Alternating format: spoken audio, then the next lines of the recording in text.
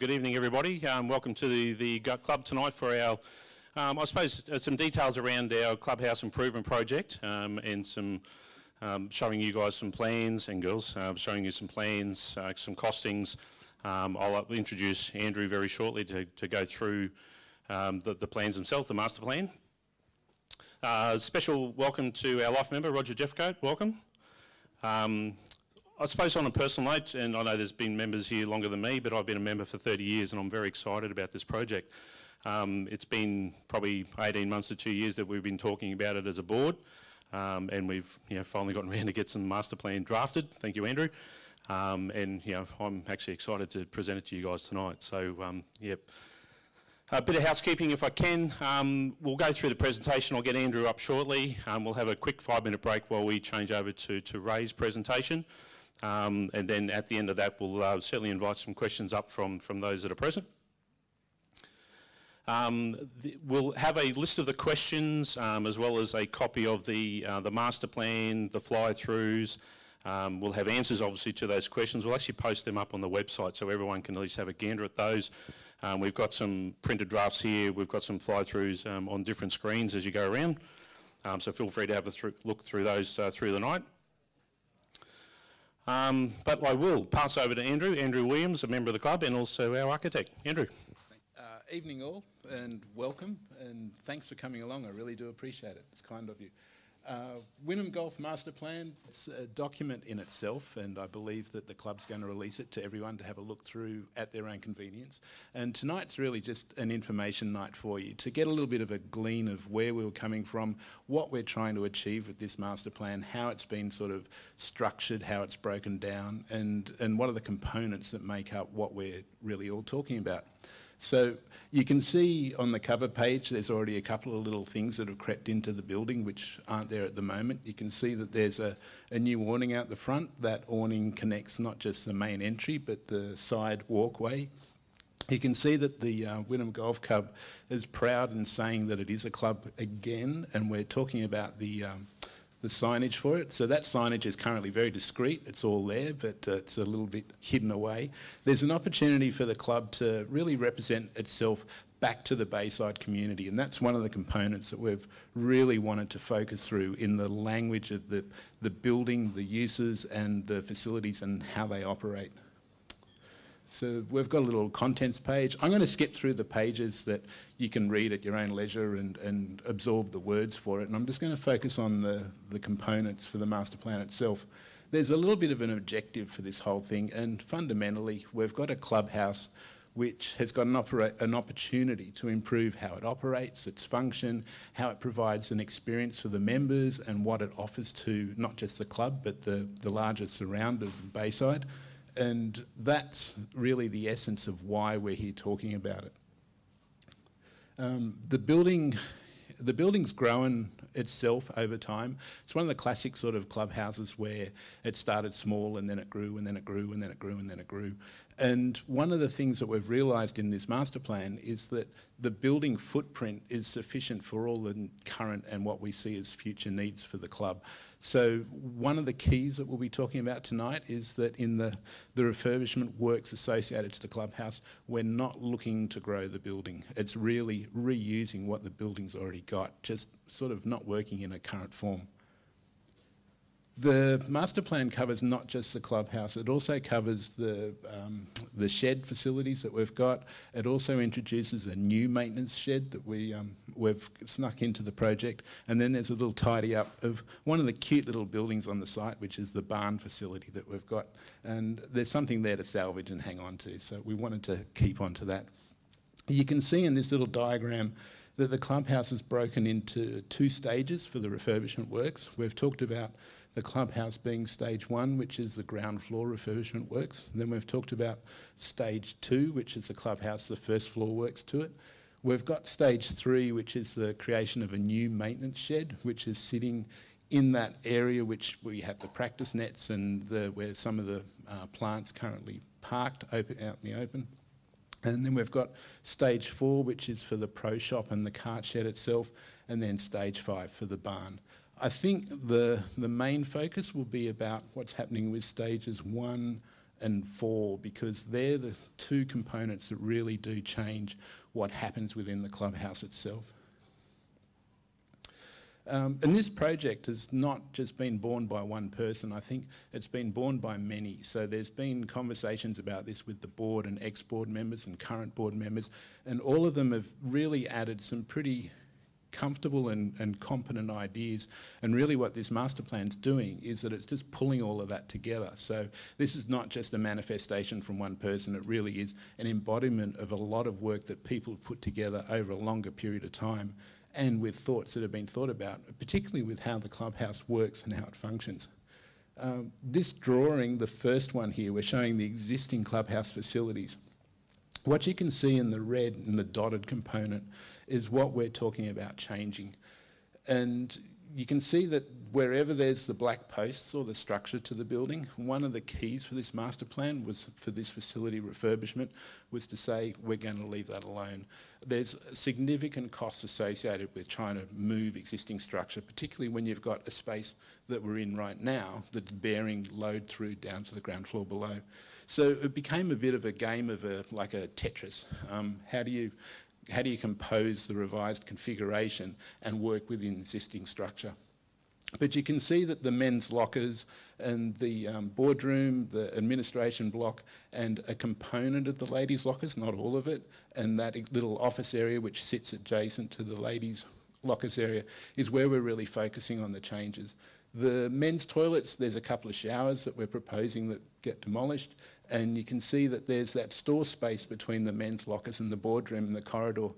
If you looked at this floor plan and you said to yourself, how much is usable space and how much is circulation space, you'll see that the playout or the plan uses a lot of circulation for minimal outcome. And really, one of the goals with the master plan and what we're talking about doing downstairs is to eliminate that and to make better use of the existing space. That goes back to that comment that I talked about before, which was to say that the building itself doesn't need to grow, it's just what happens within it that needs to change.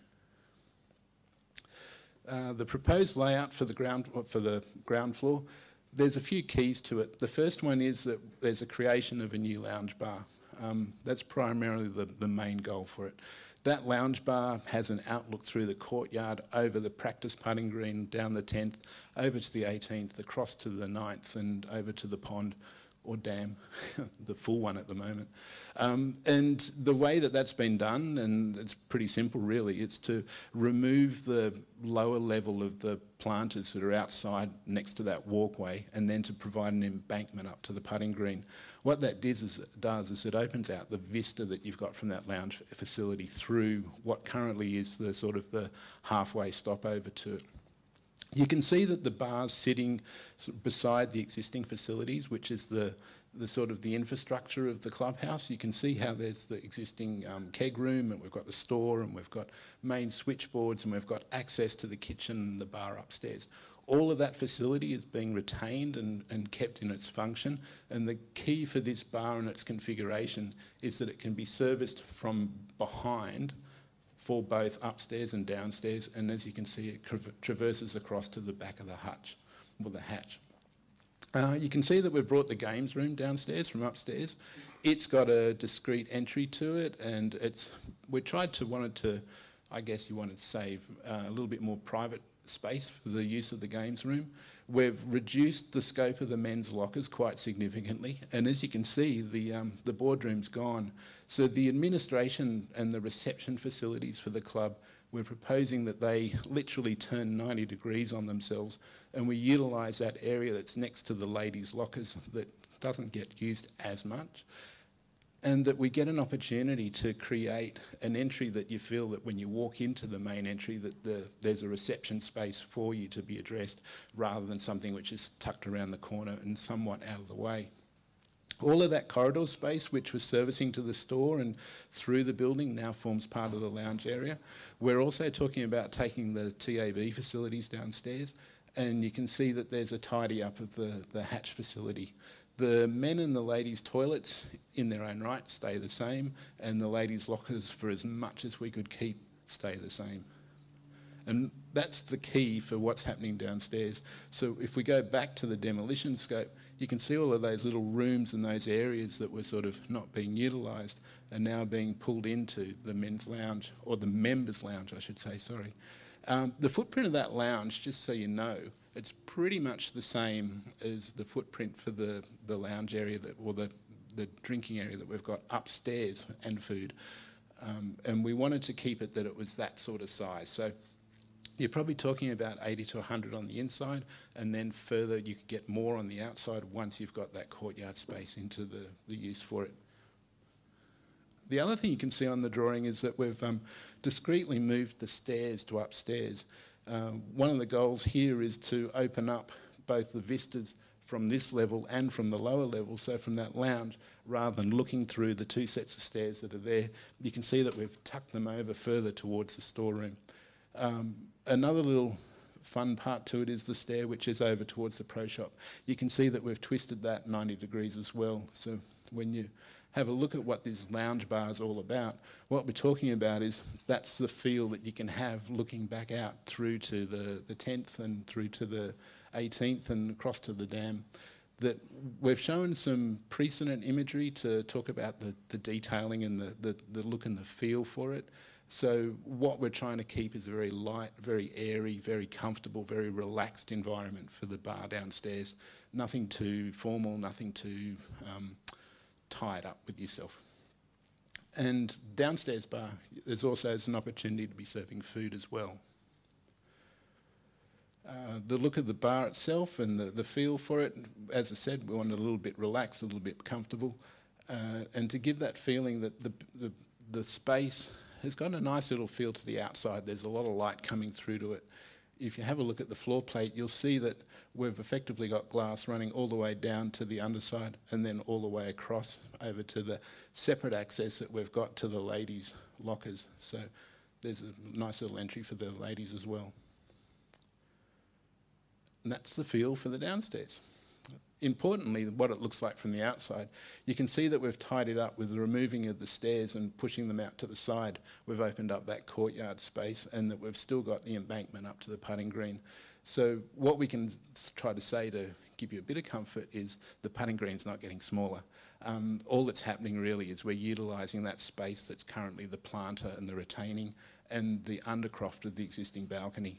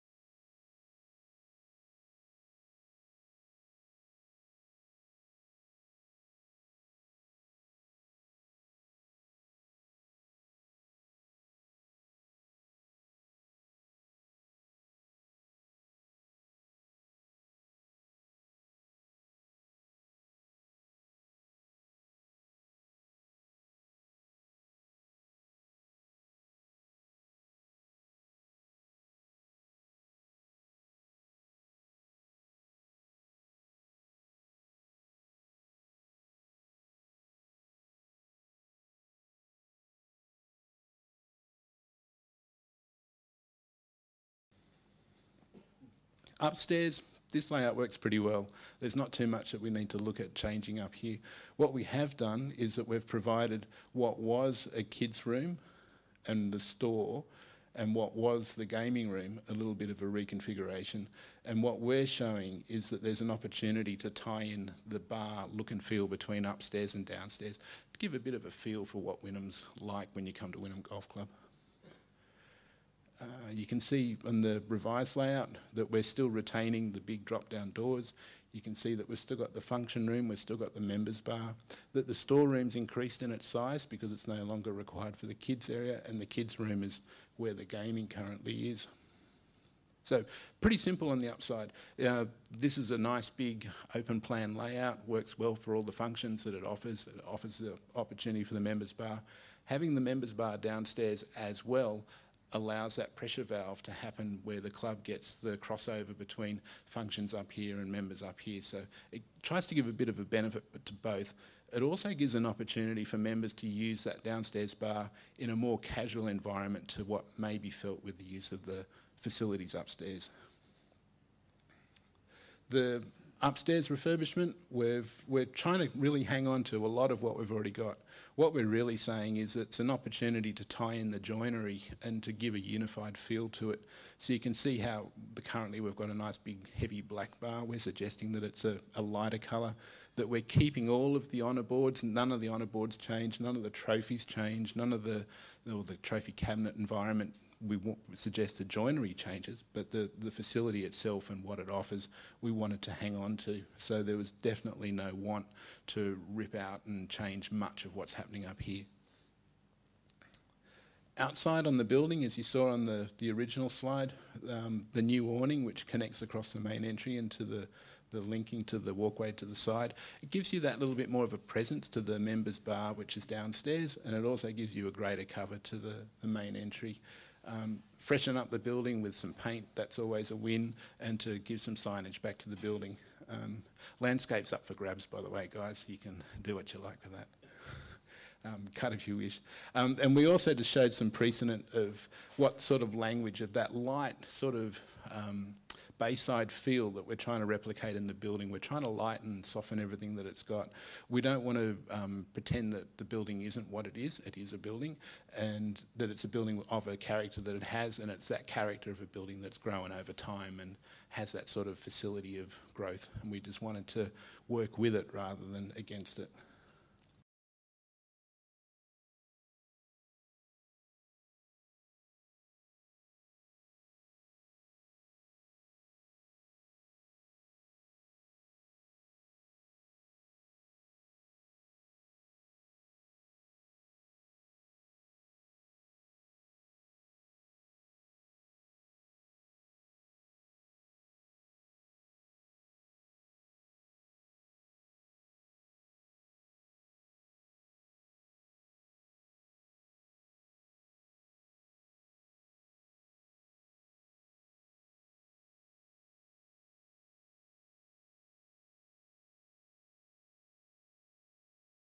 So that's stages 1 and 2. So just to recap, stage 1 downstairs was probably the more significant stage, where you can see there's a lot of change. There's the new bar, there's the lounge, there's the new administration area, you've got the new gaming room, you've got rework to the kiosk, and the new stairs accessing to the balconies upstairs.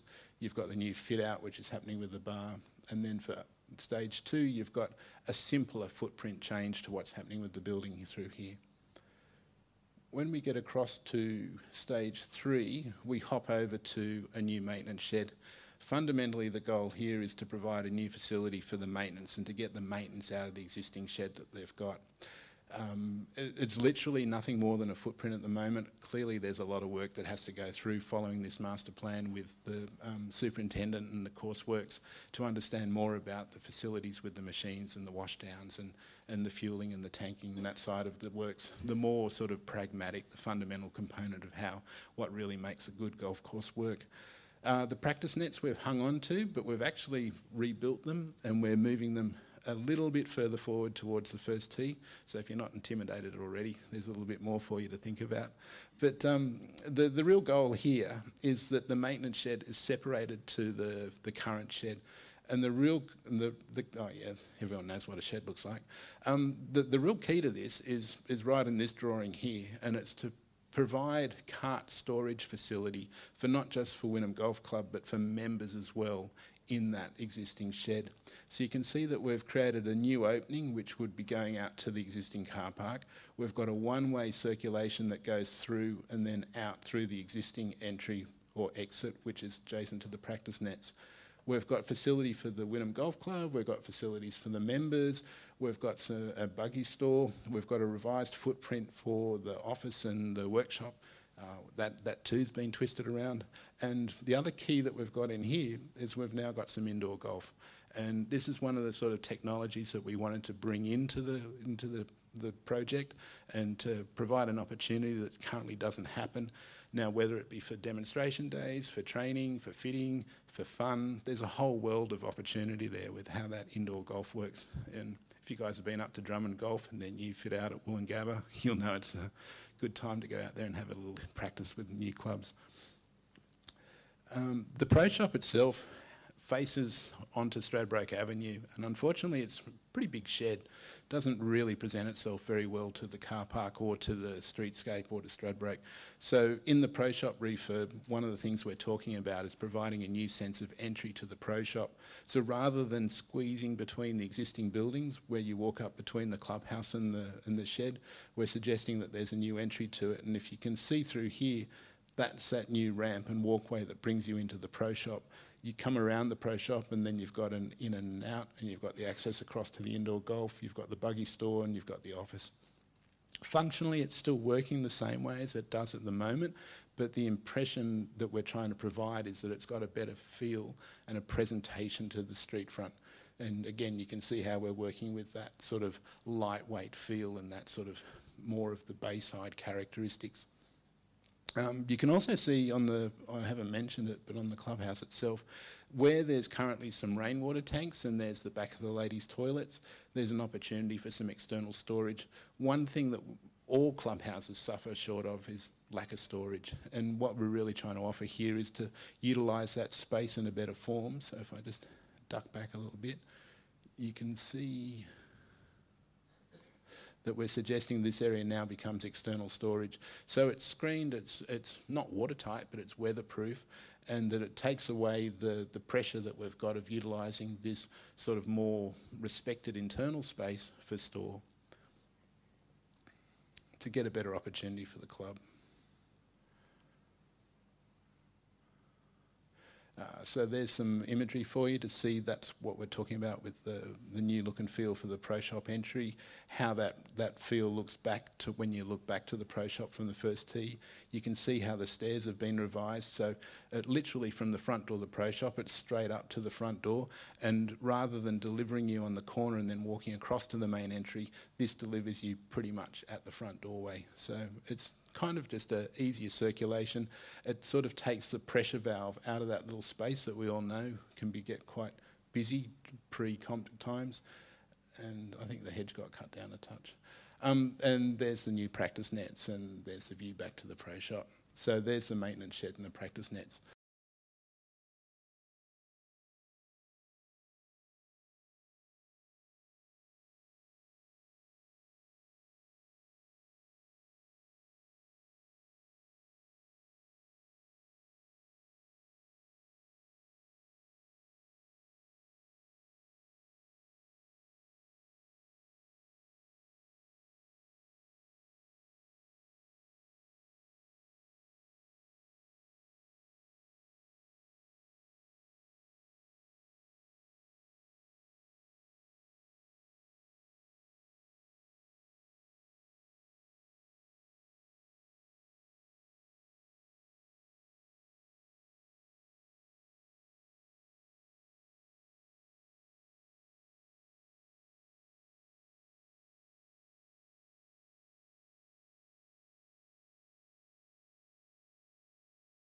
The barn's very simple. It's a simple building and it's used by the groundsman.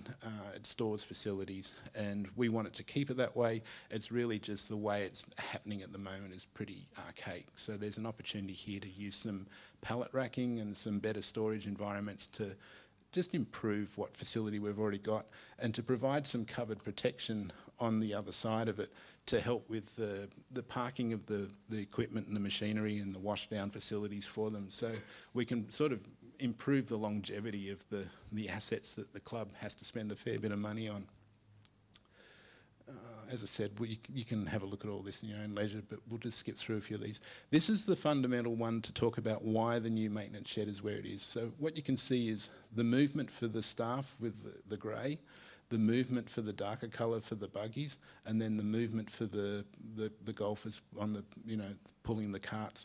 What we're really trying to encourage is that the buggies aren't just all stacked around here and parked through the main entry, and that there's a clear breakdown between the use between the walkers, the carts, and the maintenance with the shed.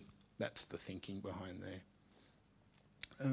So the look and feel of the club is very much the same as what it is at the moment. As you can see, there's a little bit of that sort of ticky-tacky decoration that's been taken away. The stairs have been added into it, and we've opened up this corner with some glazing on the north on the southwest, I should say, sorry, through here, and we've also got all this glazing down to the downstairs and through the courtyard and across to the putting green. So the transparency of the building, we want to see that improved. At the moment it's a little bit of a sheltered building, doesn't have that feel. We wanted to enliven it, open it up, let it breathe a bit more. And just out of curiosity, when I talked about the building growing, sorry, my finger keeps, there we go. We did a little bit of a study during the beginning of the master plan, really to get an understanding of what the structure was, where it was coming from and how it sort of originated. And what we've been able to unearth is how the building's grown. You can see from the 20s through to the 50s, the 60s and then the 90s, how the building envelope has grown each time. So as I come back to say again, the clubhouse is a big enough space for what we need. It's not a case of growing it and adding another building to it. It's really just making it better ways to how it currently works. And there you go. So that's the overview. All right, well listen, I'll pass over to our Director of Finance, Ray Turner. Thanks, Loz. I've only got a few slides, so I won't take too much of your time, and then we can ask some questions later on. I'm going to start off with a few words, and it's just to build on a couple of things that Andrew had mentioned as to why are we doing this. Fundamentally, we've got two buildings here. We've got a clubhouse and we've got the pro shop maintenance building over there. Together, they make up 50% of the club's net assets. So our net assets are about $3.3 million. These buildings, their written down value, make up half of that value. And I think as you've seen from some of the slides pre-work being done, there's significant opportunities to improve the use of the clubhouse, the underutilisation of both the clubhouse and the building over there with the pro shop, and have a significantly improved member experience. That's fundamentally what we're doing here. We're trying to get the major assets that we have to work for us and to actually not be only half used. So that's fundamentally what it's all about, making use of the assets we've got. And as a board, really that's our job to make sure we are doing that. What's it all going to cost? We had a, part of the process was we had a quantity surveyor come in, a Ripple group, and they produced costings from the master plan. This is not costings that are from any tender documents, they're from the master plan. And for the five stages, the total that the quantity surveyors come up with is around $2.2 million. Not surprisingly, the biggest item in that is the downstairs change, because that is significant. The clubhouse upstairs here, $303,000. The new maintenance building, providing a whole new opportunity for Jason Adams to have his equipment parked inside and a new flow of work for them, $460,000. The existing maintenance building, which would be transformed into a big cart shed, and also significant change for Matt and his pro shop, about $500,000, and the barn just $67,000 on top of that.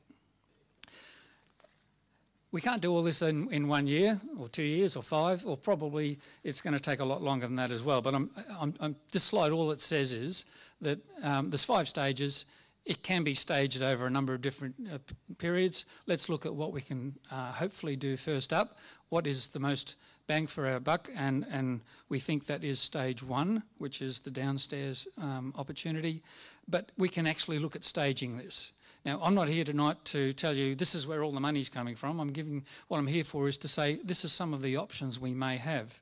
We've got a long road to get enough money, $2.2 million, to actually build all of this, but we actually can make a start, I believe. So where can we get some of this money from? Not surprisingly, on a $2.2 million project, most organisations like our own, we look at trying to get some government grants, and most of the grants that we look at are dollar for dollar. So if we've got a $2.2 million project, we've got to try and find $1 million ourselves, and then hopefully that may attract $1 million in grants. Now that sounds like a big lick of money, but I'm sure Joan Peace won't mind me mentioning that the Moreton Bay Trailer Boat Club last year or the year before got $1 million, Joan, for the refurbishment of their clubhouse. So it's not beyond belief that we could actually attract that type of a grant, as long as we're willing to come up with a fair bit of that money, $1 million ourselves, to try and do the dollar for dollar type thing. So we certainly understand that $1 million is going to be hard to get, but it's the aim of what we will deliver the whole of the project.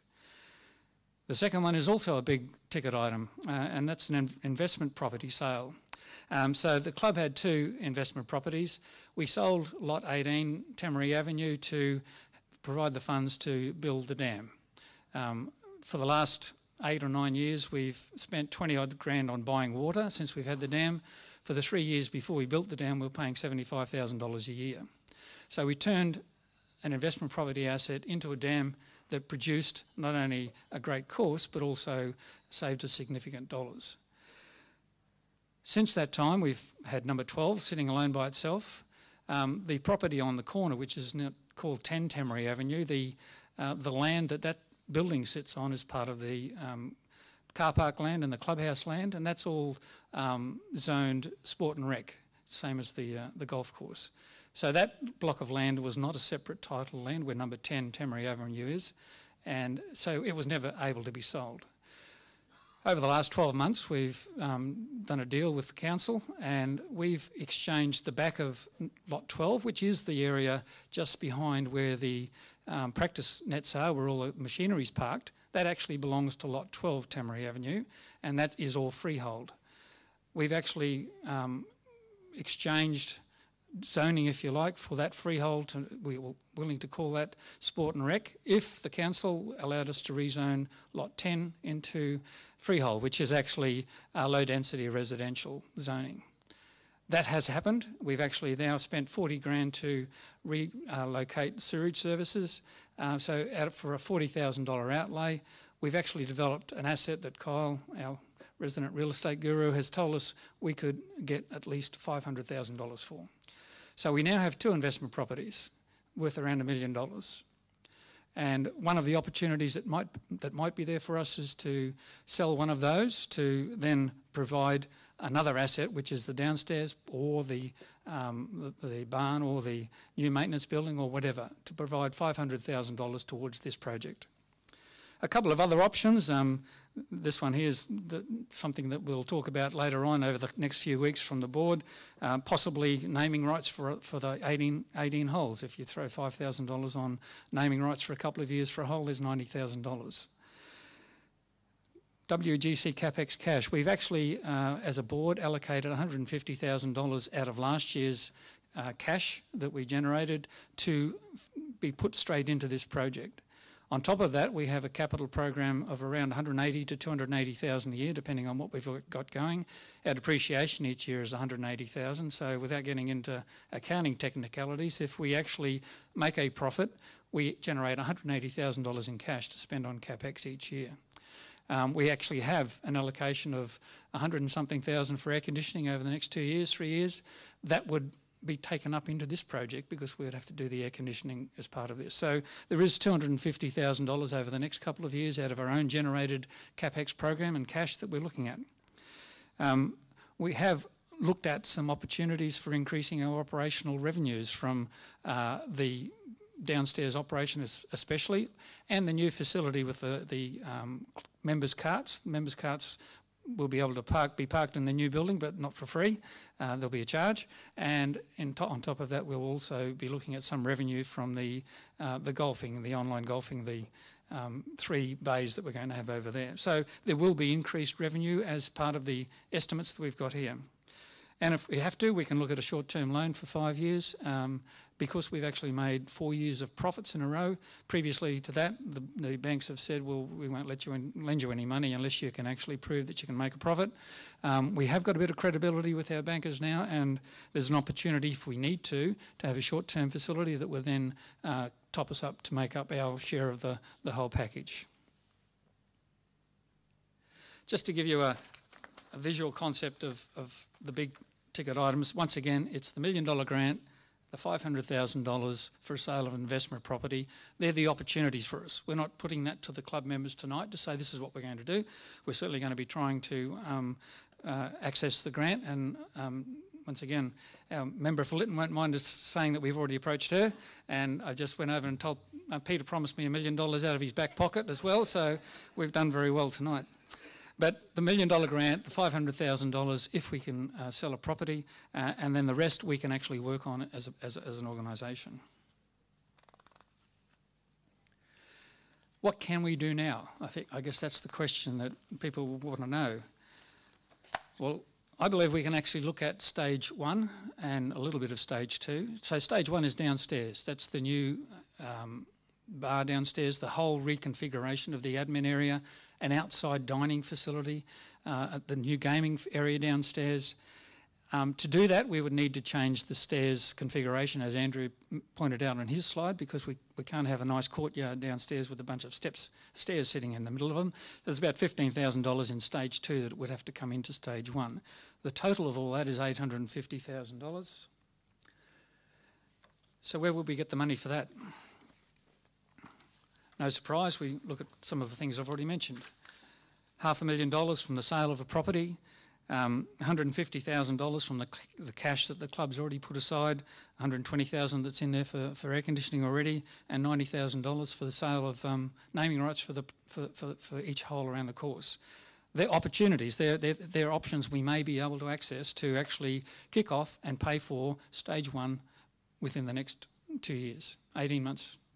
It'll take 18 months to build, I expect. So that's the opportunity for us, but before we go ahead with that, we want to know what the members think. We want to know what the members think of each stage, the value of each stage, and also the very significant decision of whether we divest ourselves of one of our 2 investment properties. And that is all I was going to present. Over to you, Laurie.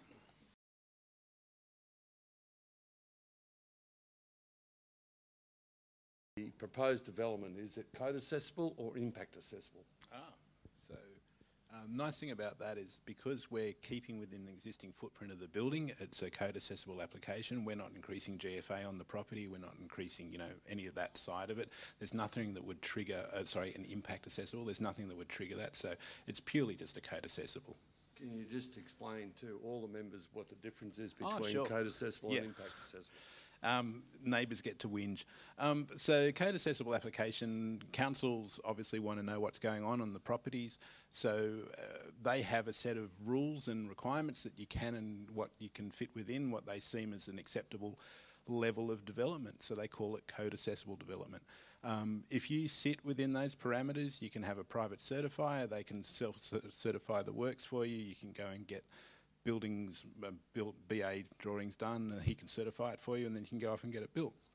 If you're wanting to do something which is a little bit outside the box and you want to sort of trigger a bit of a problem, you can go down the land of impact accessible, which I'm doing in Maroochydore. And impact accessible really just means that they have to the council has to notify, they put out notifications for it, and they allow a certain period of time for the public to comment on it. So any application that goes into council is available for public scrutiny.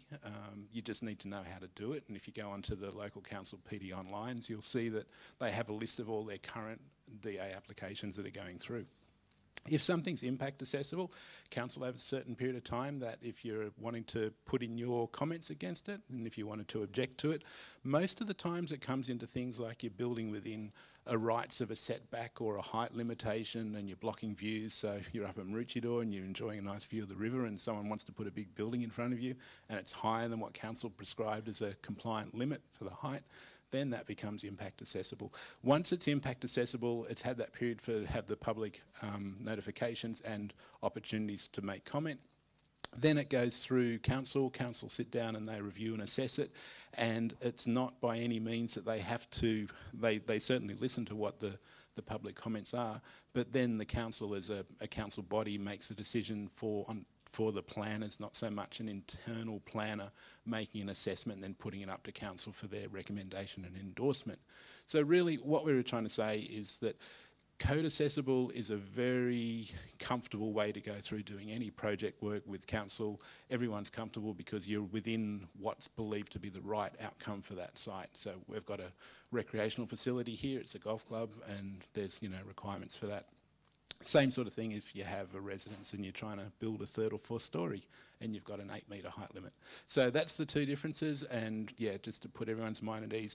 Another reason for why we stayed with the existing footprint and why we didn't want to try to add new buildings and build below in floodplains or anything of those sort of problems was to stay in the land of code accessible.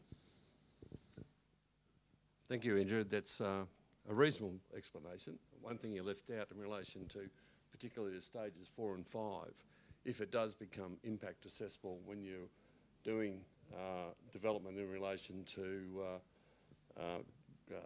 workshops and all that, is noise. And we have neighbours very close here. And I do have knowledge that if it becomes impact accessible, anyone who does complain has an automatic right to appeal to the Land and Planning Environment Court. So. We try to entice those sort of people to actually donate the money rather than go through the courts with them.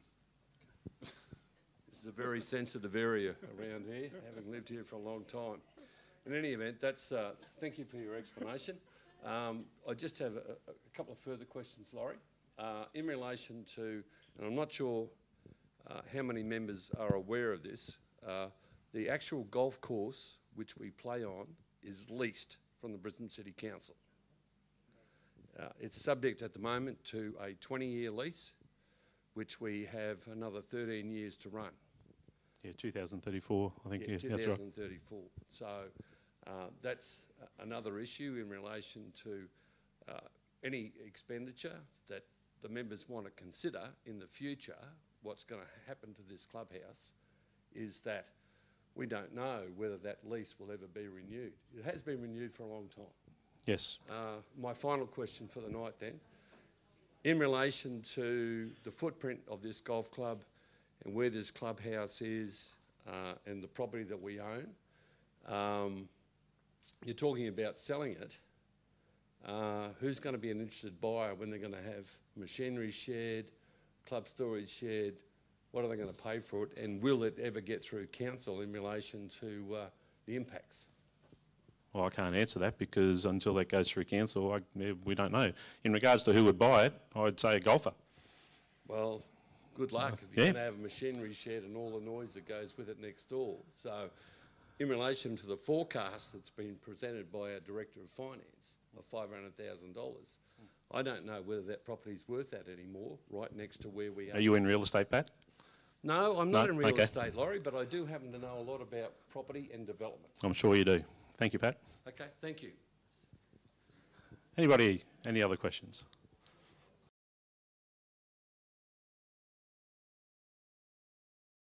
Yeah, so you already have a beautiful view of the course, and the consideration of widening the balcony, yeah, we had a look at it and it was thought about. It goes back to, there's a few issues for it. One is the size of the building and what you would actually achieve by just putting a bigger deck on it.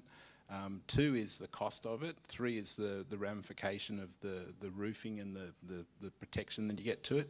So it comes down to that sort of cost-benefit process that you look at. And one of the keys that we tried to talk through with this master plan, maybe I didn't really mention that too much about it, was that we tried to keep it a very functional master plan. There was no whimsical component that we tried to include into it.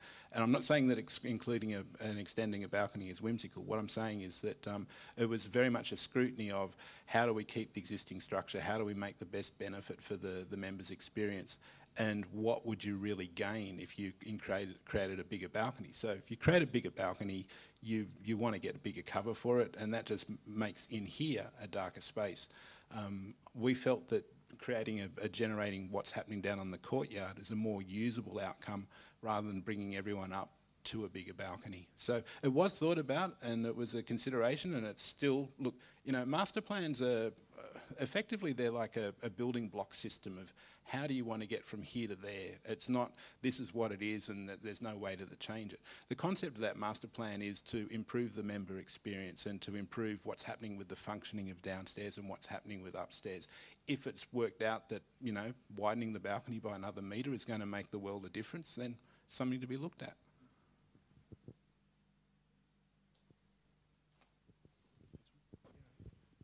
Roger, thank you.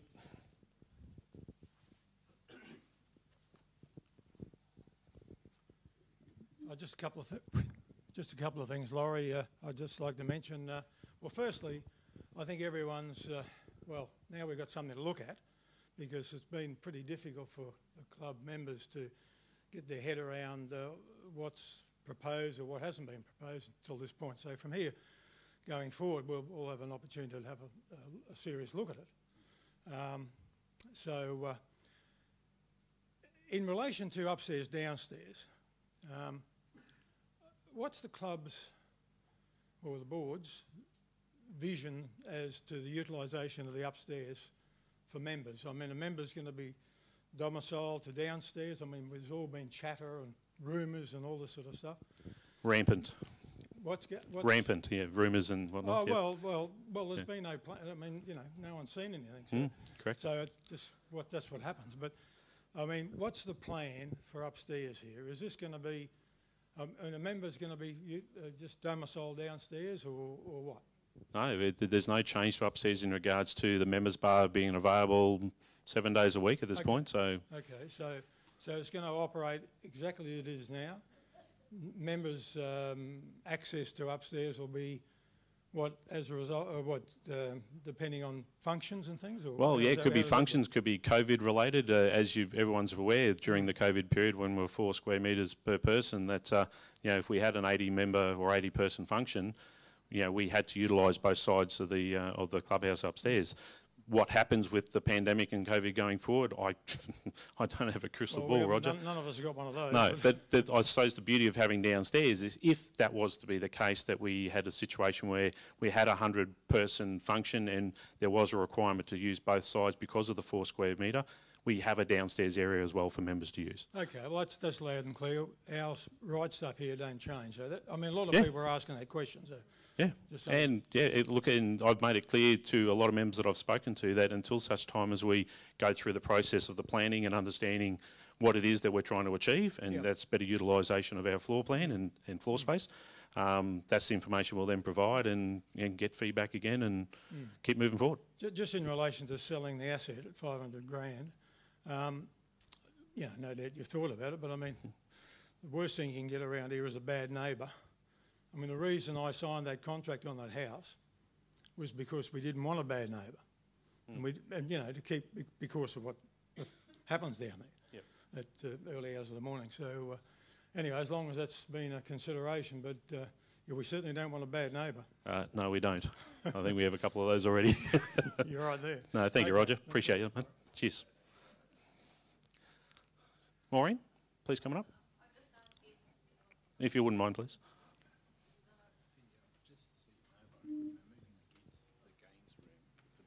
My question is very simple. It's probably getting on another tangent. Is how much money is going to be left for maintaining the golf course? I mean, we've got tee blocks, we've got paths, we've got sprinkler systems, and we've got greens to be maintained for the next 5 years, 10 years. Will that still be money for that or not? Absolutely. There's no impact on the golf course capex at all. Thanks, Ray.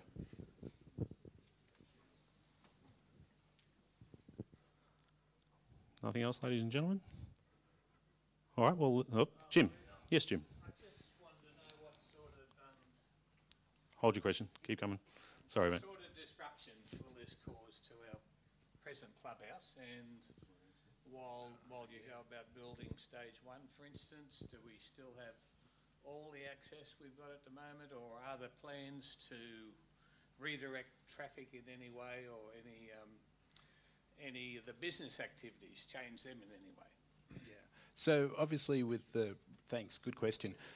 Very good question. In the reconfiguration of downstairs, clearly there's going to be disruption. So administration changes, there's a touch on the side of the ladies' lockers. The men's lockers reduces significantly in its footprint. I'm not too sure how many people here use the men's lockers. Each time I've walked through there, it feels to me like last time it was used in 1974, but that's by the by. And by the way, ladies, when you go into the when you go into the ladies' locker and then you go into the men's locker, congrats to the ladies, well done. So yeah, there's disruption. So look, there's a lot of contractors out there that do this work. This is their bread and butter for how they build things, and they work around facilities that retain their 24-hour operations. So for a club that doesn't even operate 24 hours a day, it's a pretty easy thing for them to do. some of those keys that we talked about, we're not moving structure. There's a lot of things in there which simplify how the refurbishment works happens. So the key to that is to minimise that any downtime that would be. Yeah, there'd be some reconfiguration with the admin. Yes, there'd be definitely reconfiguration when you can't walk through the corridor anymore because the corridor's gone. And there would definitely be some reconfiguration whilst the work's here for repropping the existing balcony to allow them to lower that ground, looking out over to the embankment and to the practice green. Would cop it, but there's nothing in there which is to the point that you can say that the clubhouse would have to close over a certain period of time. That definitely wouldn't be the case. A lot of these contractors, they do nighttime work, they do weekend work, they sort of thrive on this world where they know that the operations are paramount to keep going. So really the goal was, in the reconfiguration downstairs, was how do you do it to allow exactly that to happen, that there's continual operations. And that'd be, you easily write that into the contract scope with the contractors. And they're all pretty used to that sort of world these days. And just, I suppose, to add to that is, with the reconfiguration of downstairs, as stage one, there's no effect to upstairs in regards to the bar, the members' bar being available, the function room being available. There might be a change to the external stairs, but by way of having the other stairs available, it's still there. So functional-wise, yes, there will be sort of operational issues downstairs and access through particularly the administration area while stage one is being completed, but there's still the availability to utilise upstairs from say, a members' bar or a function area. So. Tim Fitzgerald, member 1387. Just looking at the screen down here, one thing that sort of rears its head to me is that the outside area with the umbrellas, which looks really, really nice, and it's got that clicky sort of look about it, but it looks like it's got white tiles down below, and you've got these small umbrellas. When we had the COVID and we sat out there in the middle of winter, in the middle of summer, and that, we were dodging the sun. Now, with the reflection off the tiles, that is my main concern. Oh, another good point. Look, again, don't take these. The master plan's it's a look and feel. It's squint your eyes and get a feel for what we're talking about. I totally agree. You'd be very careful about your material selection for the pavers down there. We'd be looking for something which has an R11, for example, when you're talking about slip rating, or P4, I think they've changed the titles for it. We'd be looking for some natural stone appearance. Even if we could afford natural stone, that'd be a better outcome. Definitely glare is a big consideration to be taken, and it's a very valid point. So those sort of, that's a question that you sort of pose when you start getting into the schematic and the detailed design of the project. So at the master plan point of view, what we're really trying to say is, let's utilise downstairs. Let's make the view from downstairs through to the putting green and then out to the 10th and the 18th to be an enjoyable view, and not to have it that when you're walking through there, you don't even know what's around the corner. And then when you take into those considerations of the all-weather, because you're right, it's exposed, it's not covered, so it's all valid comments, and that's something that you just sort of work your way through. But totally agree. Thanks, Andy. Rick. Mr. Wilson. Don't need a member number, mate. It's all good. Rick 3584. I think the foresight is outstanding. Whether it happens or not probably doesn't matter. The foresight is what matters. Every business has got to innovate to grow. With the pandemic, Ray, question to you. Life will change for the next 5 or 10 years. That is a reality. We won't be travelling. We'll be flying to Sydney. We won't be flying to Italy. Every business is planning that communities become more important, that what you do in your local area is more attractive. Have we looked at what a more inviting experience, something more innovative for the local community, because a better facility attracts more people?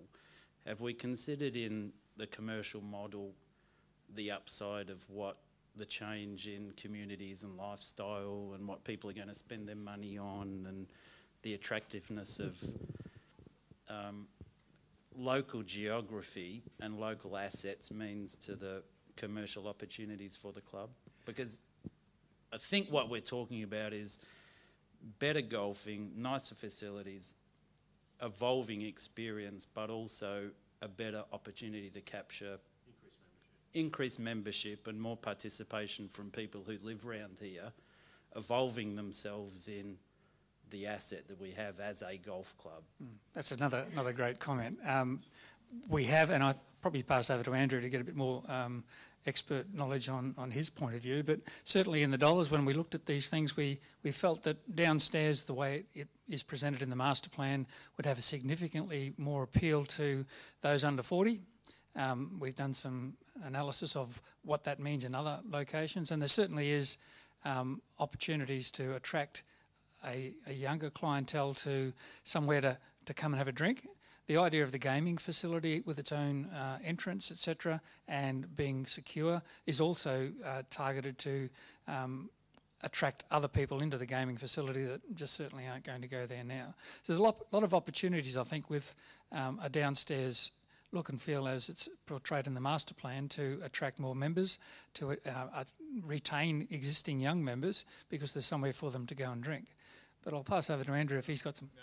No comments, okay. Thanks. Thanks, Ray. Thanks, Rick. Good question. Bruce. Bruce Drewsham, 760. I've got two questions, if I might. One was, in the master plan, there is no mention of the car park. And that car park is in a great state of disrepair. I know, well, I understand that the one over at the juniors, which is probably not quite as large as ours, was $400,000. So for us to take the top off that car park and redo it, it's got to be a significant sum of money, and it's not in your master plan. Yep, correct. So I don't know what the board has in mind in that regard. Nothing at this particular point. Okay. And my second question is, from this point forward, what will be the member involvement in the decision-making process? Well, the decision-making process is one that's at board level.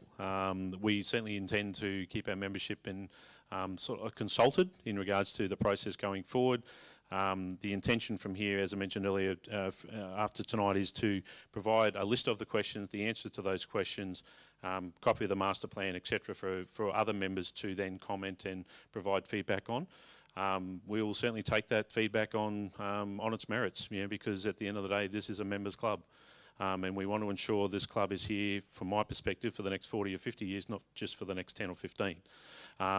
So certainly by way of member involvement from a decision-making point of view, that's what we're here as a board to help make those decisions.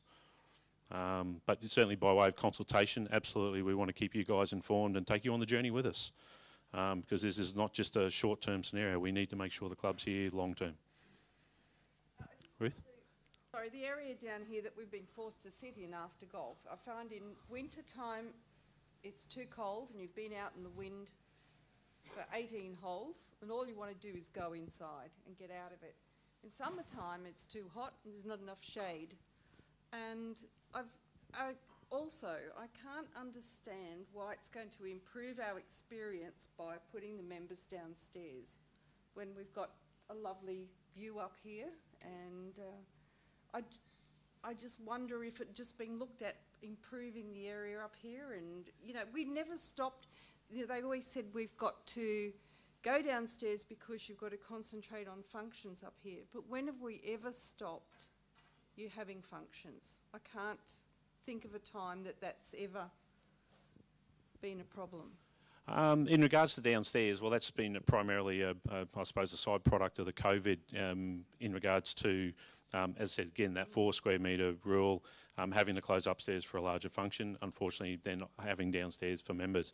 Going forward, though, as was alluded to with the master plan, is there's going to be a downstairs area that's internal, so it's actually covered, but as well as an outdoor area. So I'm not sure how to really answer that from the perspective of going, well, I don't know what else we can effectively. We've looked at the upstairs area and considered sort of what can be done, but we find by way of the usage of the area that we have downstairs as a footprint, it's well and truly underutilised and can be much better used to improve member experience but also a better return. I just find it's cold out there. I don't want to sit there after I've done 18 holes of golf. No, but that's why you can go inside. So there's actually a closed area, similar size to what we have over there, but it's enclosed with air conditioning and intention. You want to add, Andy? Sorry, Ruth? Okay, yeah, But it's going to take, it could be 12 months, 18 months before we get to that point of actually having downstairs available, assuming that, it's going forward. Yes, okay. Maureen? Yep, please. Just so everybody can hear us. Just going back to the original plan for downstairs, which I could see may have been an advantage, that you have got the gaming area seems to be totally isolated, that can be totally shut off. Does that mean that if ladies were having an open day, that area down there could now be a civilised area to entertain in, and you could access it because no longer are you going into an area where there's gaming going on or alcohol being served that can be closed off and actually more usable for the members early in the morning when golfing starts? Yes, effectively, the idea with the gaming room is to provide more privacy for those members or guests that want to partake of that option. So by having that area at the back of the bar, if you like, downstairs, is to provide that privacy for those people and being able to have the other area more open, not having to see whom's walking through or traipsing through certain areas. Excuse me. So yes, that's a possibility.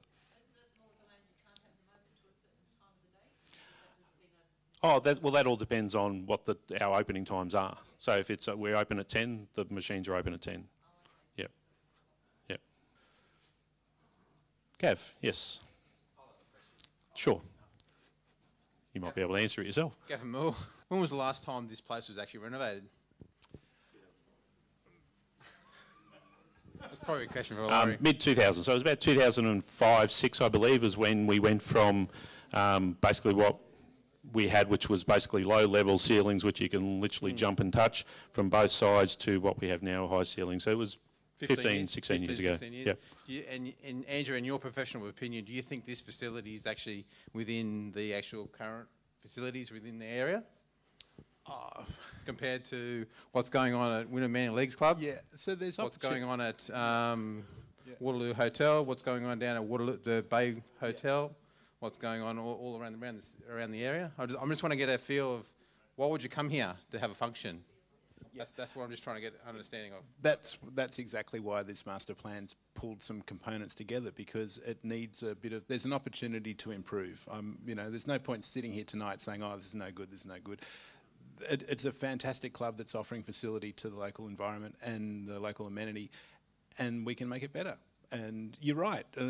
All of the retail world, there's a cycle for it. You have to recycle. You can't.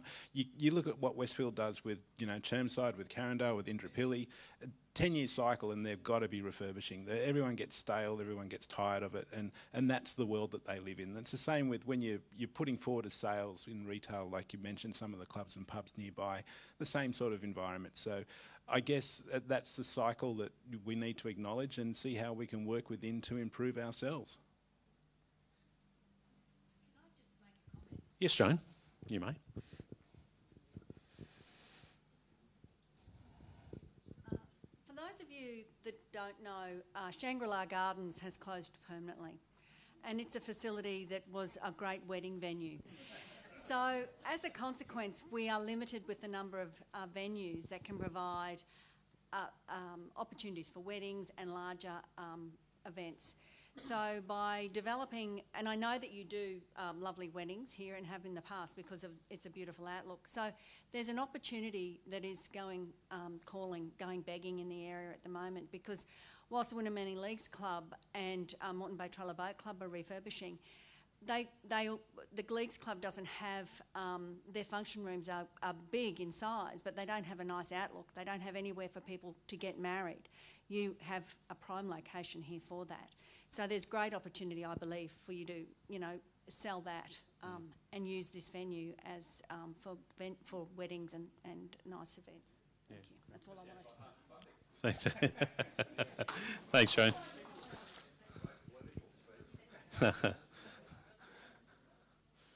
Anything else, ladies and gentlemen? I do appreciate your time tonight and coming down.